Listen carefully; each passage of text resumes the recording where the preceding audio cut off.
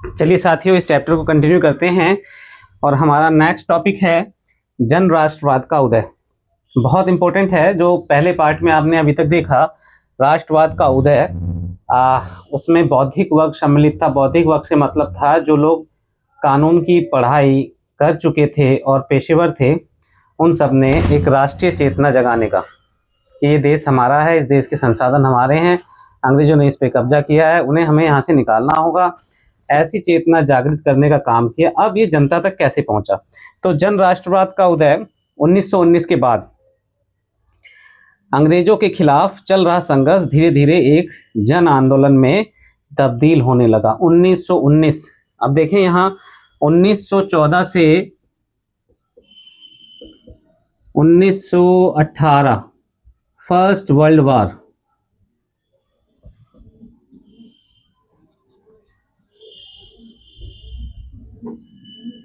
पहला विश्व युद्ध था। उसने सारी चीजें बदल के रख दी, सामाजिक, राजनीतिक, आर्थिक। आइए देखते हैं। किसान, आदिवासी, विद्यार्थी और महिलाएं बड़ी संख्या में इस आंदोलन से जुड़ते गए। कई बार औद्योगिक मजदूरों ने भी आंदोलन में योगदान दिया। 20 के दशक से कुछ खास व्यावसायिक समूह भी कांग्रेस को सक्रिय समर्थन देने लगे थे। ऐसा क्यों हुआ? यानी कि अभी तक जिसमें पढ़े लिखे लोग ही संगठन बना रहे थे, अब उन संगठनों ने अपनी बात जनता के बीच में रखी, तो उनसे किसान, आदिवासी, विद्यार्थी, महिलाएं और कुछ हद तक व्यावसायिक वर्ग यानी कि उद्योगपति भी जुड़ना प्रारंभ हो गए। तो इन सब के पीछे क्या कारण था? इन सब के पीछे कारण था ये 1914 से 18 का पहला विश्व युद्ध। इस पहले विश्व युद्ध में इंग्लैंड को संसाधनों का इस्तेमाल युद्ध में करना पड़ा। पहले विश्व युद्ध ने भारत की आर्थिक और राजनीतिक स्थिति बदल दी थी। इस युद्ध की वजह से ब्रिटिश भारत सरकार के रक्षा व्यय में भारी इजाफा हुआ।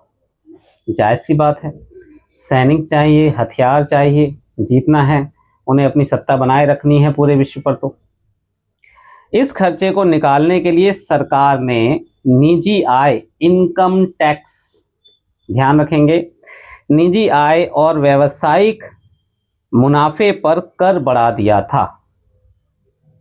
निजी आय और व्यावसायिक मुनाफे पर कर बढ़ा दिया था। सैनिक व्यय के इजाफे तथा युद्धक आपूर्ति की वजह से जरूरी कीमतों की चीजों में भारी उछाल आया और आम लोगों की जिंदगी मुश्किल होती गई। ये 3 पॉइंट हैं, यानी कि निजी आय और व्यावसायिक मुनाफे पर कर, प्रॉफिट पर टैक्स, और साथ में सैनिक व्यय में वृद्धि। सैनिक भर्ती होंगे, उनकी वर्दी होगी, उनकी सैलरी होगी, उनके खाने पीने का खर्चा, उसके लिए पैसा चाहिए सरकार को, तो वो टैक्स लेगी। अब जिससे क्या होगा, बहुत सारी चीज़ों के कीमतें जो हैं एकदम से बढ़ जाएंगी। अब कीमतों का असर क्या होगा? आम जनता पर पड़ेगा।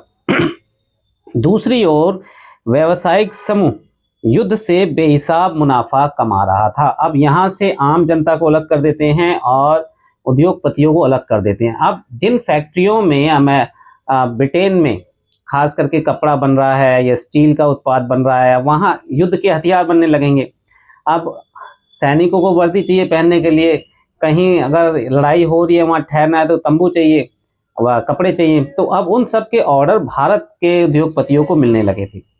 अब जिस वजह से भारत में वस्त्र उद्योग एवं स्टील उद्योग में तेजी से विकास हुआ। जैसा कि आप अध्याय 7 में देख चुके हैं, इस युद्ध में औद्योगिक वस्तुओं, जूट के बोरे, कपड़े, पटरियां की मांग बढ़ा दी और अन्य देशों से भारत आने वाले आयात में कमी ला दी थी। भाई कमी तो आएगी आयात में। आयात का मतलब दूसरे देशों से सामान खरीद कर भारत लाना, और निर्यात का मतलब है भारत से सामान दूसरे देशों में बेचना।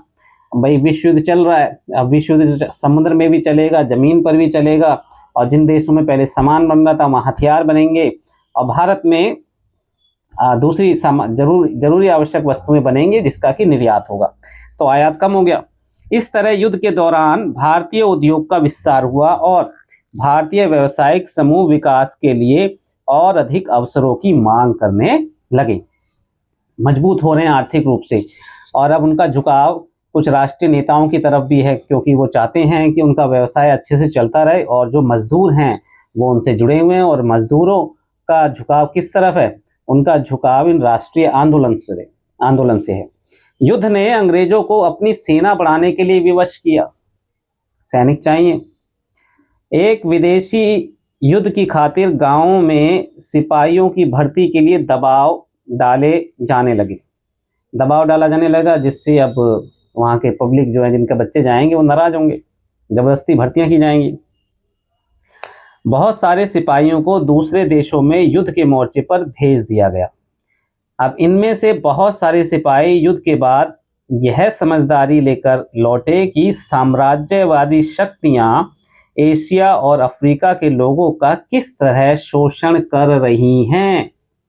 ये बहुत इंपॉर्टेंट लाइन है। जो सैनिक गए उनके साथ उन्होंने देखा कि जो गोरे और अंग्रेज या यूरोपीय सैनिक हैं उनके साथ क्या कितनी सुविधाएं उनको दी जाती हैं, और उसकी तुलना में अफ्रीका या एशिया के जो सैनिक हैं उनको क्या सुविधाएं दी जा रही हैं, और वहाँ बाहर की जनता किस तरीके से रह रही है। तो एक समझ लेकर लौटे वो। फलस्वरूप ये लोग भी भारत में औपनिवेशिक शासन का विरोध करने लगे, क्योंकि समानता कहते हैं वो न्याय और समानता पे कार्य कर रहे, लेकिन समानता दिखती नहीं। इसके अलावा 1917 में रूस में क्रांति हुई। बहुत इंपॉर्टेंट है ये 1917 रूस की क्रांति। ये क्लास 9th में शुरू है सोशल साइंस में, एनसीईआरटी में। और ये क्रांति जो है मजदूरों और किसानों की थी, इसलिए इंपॉर्टेंस रखती है। अब इसकी खबरें जब लेखों में अखबारों में छपेंगी तो एक चेतना जागृत होगी, लोगों में एक उमंग भरेगी कि मजदूर भी आंदोलन कर सकते हैं, किसान भी आंदोलन कर सकते हैं, वो भी इतने मजबूत शासक के खिलाफ। इस घटना के चलते किसानों और मजदूरों के संघर्षों का समाचार तथा समाजवादी विचार बड़े पैमाने पर फैलने लगे थे, जिससे भारतीय राष्ट्रवादियों को नई प्रेरणा मिलने लगी। भारतीय राष्ट्रवादियों को नई प्रेरणा मिलने लगी। राष्ट्रवादी कौन है? राष्ट्रवादी वे हैं जो अपनी पहचान के लिए संघर्ष कर रहे हैं। ये देश हमारा है, हम इस देश के निवासी हैं, इन संसाधनों पर हमारा अधिकार है, हमारा एक साझा इतिहास रहा है और हमने मिलजुल कर उन समस्याओं का समाधान किया है और हम मिलजुल कर रहना चाहते हैं। तो ऐसी भावना अपने देश के प्रति, राष्ट्र के प्रति राष्ट्रवाद कहलाती है। अब बहुत इंपॉर्टेंट चीज है महात्मा गांधी का आगमन। महात्मा गांधी जब हम एनसीईआरटी में पढ़ते हैं और किताबों में पढ़ते हैं बहुत इंपॉर्टेंट शख्स हैं। अब यहाँ से भारत में दशा और दिशा आंदोलन की बदलने वाली है।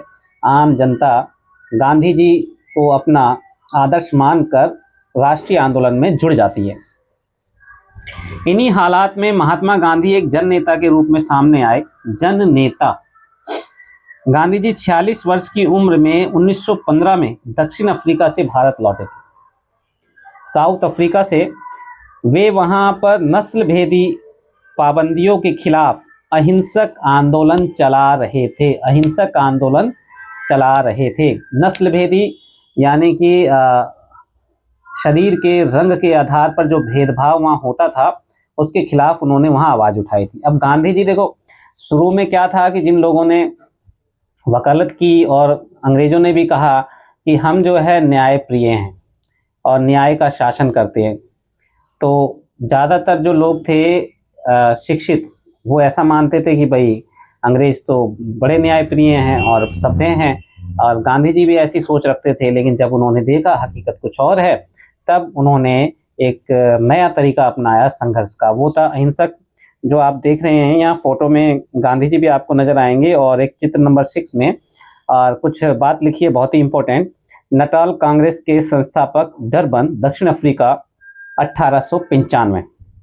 1895 में अन्य भारतीयों के साथ महात्मा गांधी ने नस्ली भेदभाव का विरोध करने के लिए नटाल कांग्रेस का गठन किया था। अब देखिए, ये कांग्रेस वर्ड ना कंफ्यूज कर देता है, हम इसे पार्टी से जोड़ लेते हैं। कांग्रेस का जो मीनिंग होता है लोगों का समूह, कांग्रेस वर्ड का मीनिंग है लोगों का समूह।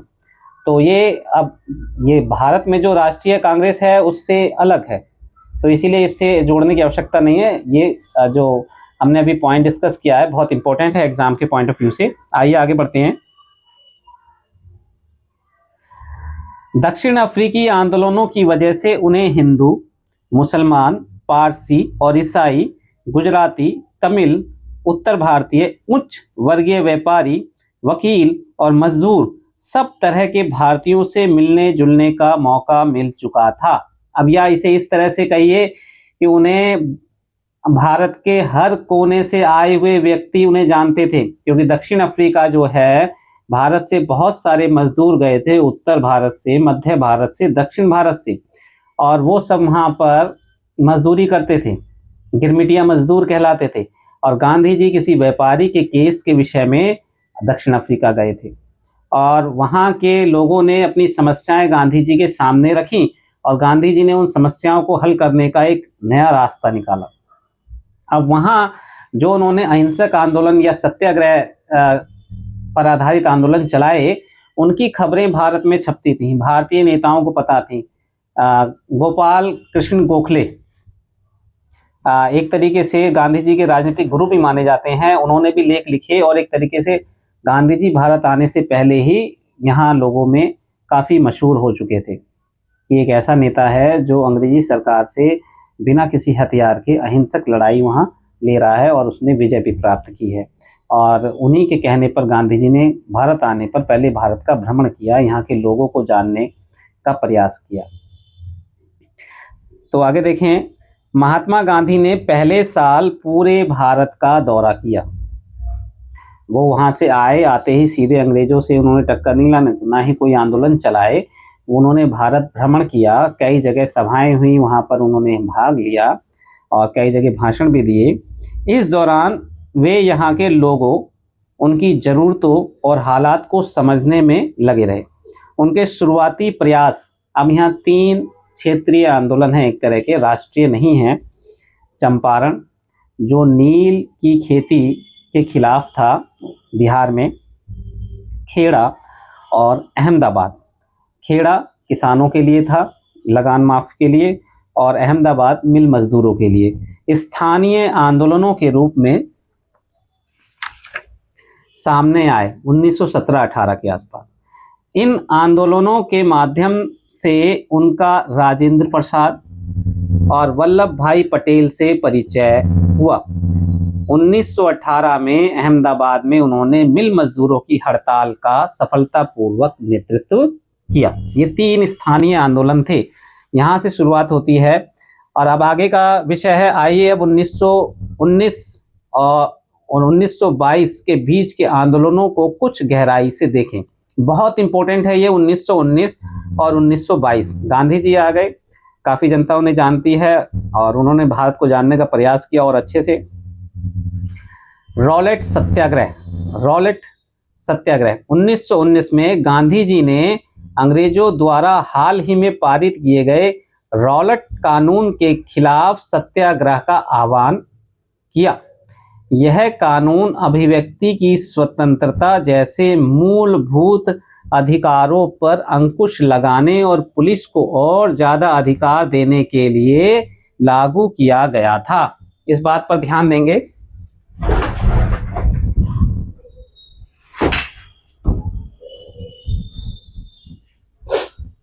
इस बात पर ध्यान देंगे क्योंकि ये स्टेटमेंट में क्वेश्चन आ सकता है। यह कानून अभिव्यक्ति की स्वतंत्रता, एक बात, यानी कि अखबारों में लेख लिखना, भाषण देना, इसमें अगर उन्हें लगेगा अंग्रेजी सरकार के, अंग्रेजी हुकूमत के कुछ भी खिलाफ है तो उस पर सख्त कार्रवाई की जाएगी। मूलभूत अधिकारों पर अंकुश लगाने और पुलिस को और ज़्यादा अधिकार देने के लिए लागू किया गया था। महात्मा गांधी, मोहम्मद अली जिन्ना तथा अन्य नेताओं का मानना था कि सरकार के पास लोगों की बुनियादी स्वतंत्रताओं पर अंकुश लगाने का कोई अधिकार नहीं है। बुनियादी स्वतंत्रताएं, बुनियादी स्वतंत्रताओं में ही आता है ये बोलना, व्यापार करना, कहीं जाना, सभा करना, क्योंकि मनुष्य को ये प्राकृतिक रूप से प्राप्त है।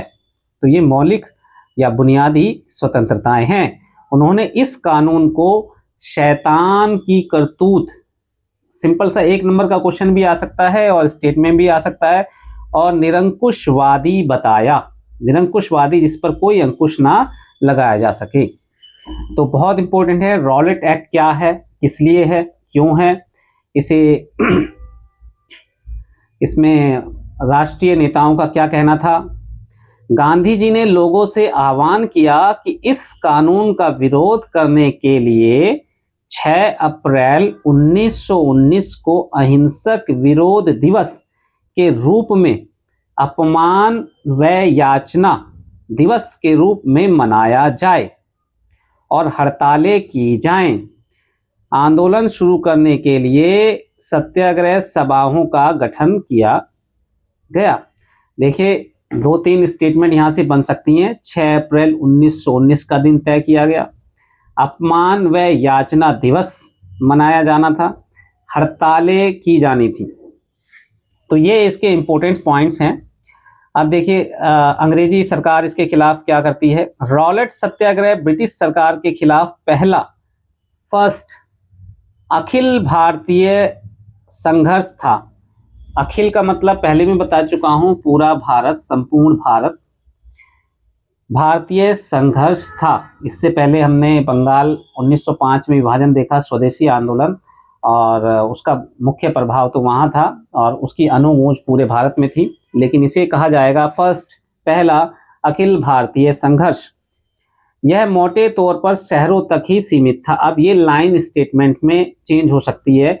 यह शहरों और गांवों में फैला हुआ था, तो ये लाइन इंपॉर्टेंट है। मोटे तौर पर शहरों तक ही सीमित था। अप्रैल 1919 में पूरे देश में जगह जगह जुलूस निकाले गए और हड़तालों का आयोजन किया गया। सरकार ने इन आंदोलनों को कुचलने के लिए दमनकारी रास्ता अपनाया। क्या है ये रॉलेट एक्ट? रॉलेट एक्ट अभिव्यक्ति की स्वतंत्रता जैसे मूलभूत अधिकारों पर अंकुश लगाना और पुलिस को और ज्यादा अधिकार देना, ये 2 पॉइंट हैं।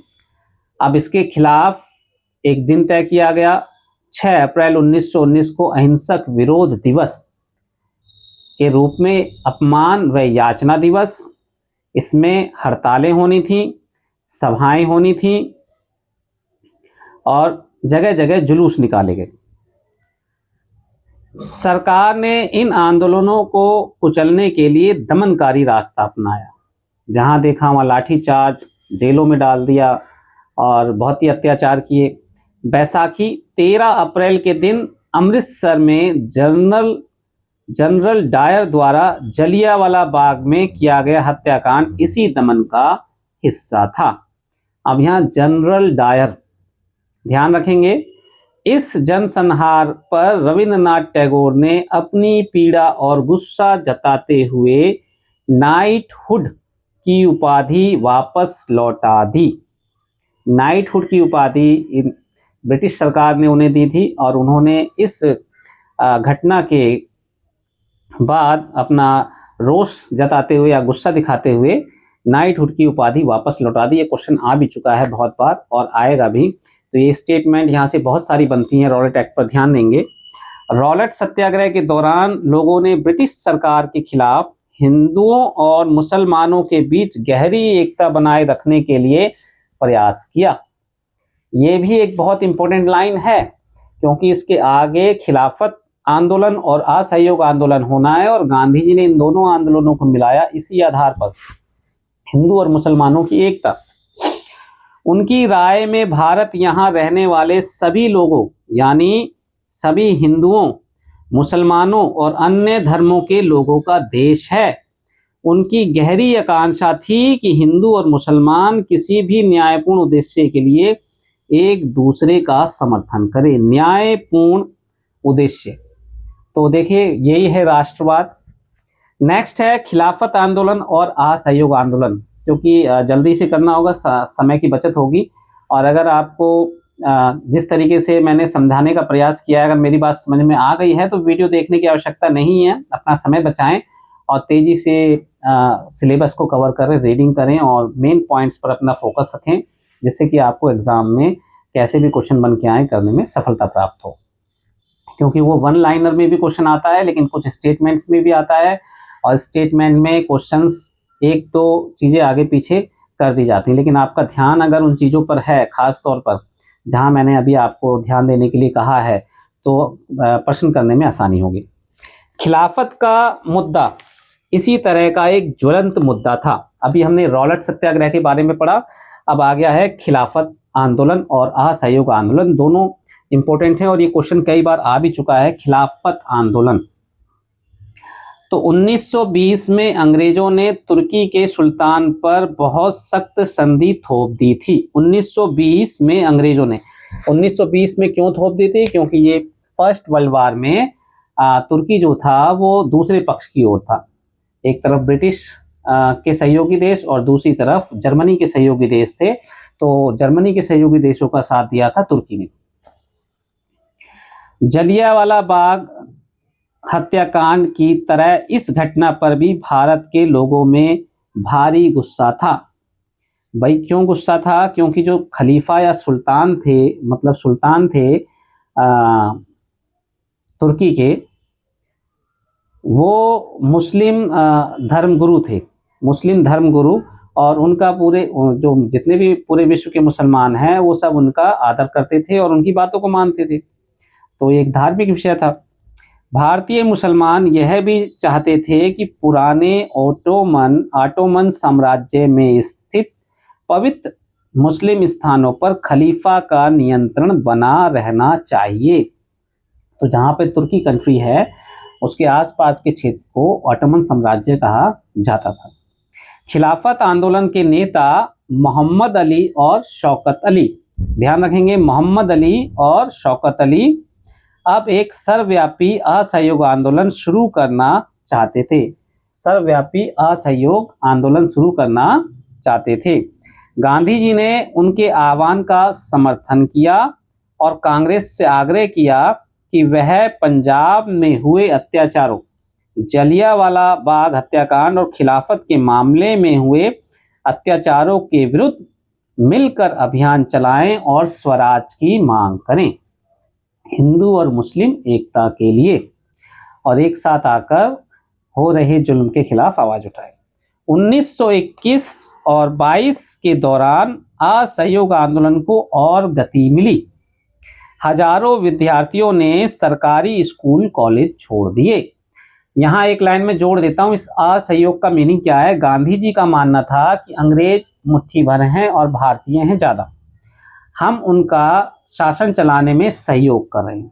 अगर हम ये सहयोग वापस ले लें तो ये अंग्रेजी सरकार या शासन 1 साल के अंदर ही वापस चला जाएगा। यानी कि शासन चलाने में सहयोग कर रहे हैं और हमें सहयोग नहीं करना, इसी को असहयोग कहा गया। तो इसके लिए क्या किया गया भाई? हजारों विद्यार्थियों ने सरकारी स्कूल कॉलेज छोड़ दिए। वकीलों ने वकालत छोड़ दी, जिनमें मोतीलाल नेहरू, जवाहरलाल नेहरू के पिताजी, CR दास, राजगोपालाचारी और आसफ अली जैसे बहुत सारे वकीलों ने वकालत छोड़ दी। अंग्रेजों द्वारा दी गई उपाधियों को वापस लौटा दिया गया, 3 पॉइंट। और चौथा है विधान मंडलों का बहिष्कार किया गया। एग्जैक्ट 4 पॉइंट हो गए हैं, NCERT में लिखे हैं, तो हमें ये 4 स्टेटमेंट्स आ सकती हैं या एक स्टेटमेंट्स को इसमें नहीं जोड़कर भी दिया जा सकता है। फिर 1 2 3 1 2 3 4 कौन सा सही है, तो ध्यान रखेंगे। हजारों विद्यार्थियों ने सरकारी स्कूल और कॉलेज छोड़ दिए और मोतीलाल नेहरू, CR दास, C राजगोपालाचारी और आसफ अली जैसे बहुत सारे वकीलों ने वकालत छोड़ दी। अंग्रेजों द्वारा दी गई उपाधियों को वापस लौटा दिया गया, जैसे रविन्द्रनाथ टैगोर जी ने नाइटहुड की उपाधि वापस लौटा दी, ऐसे ही। और विधान मंडलों का बहिष्कार किया गया। जगह जगह लोगों ने विदेशी कपड़ों की होली जलाई। इससे पहले स्वदेशी आंदोलन में भी ऐसे बहिष्कार किया गया बहुत सारी चीजों का और कपड़ों की होली जलाई गई। 1920 से 1922 के बीच विदेशी कपड़ों के आयात में भारी गिरावट आ गई। फिर भारत में बने हुए कपड़ों का इस्तेमाल किया गया जिसमें उछाल आया। परंतु यह तो आने वाले तूफान की सिर्फ एक झलक थी। देश के ज्यादातर हिस्से एक भारी विद्रोह के मुहाने पर खड़े थे। अब आने वाले जो टॉपिक हैं उसमें हम इन विषयों को पढ़ेंगे। थोड़े से समय का अभाव है, मैं पार्ट 3 में उसे क्लियर करूंगा। धन्यवाद।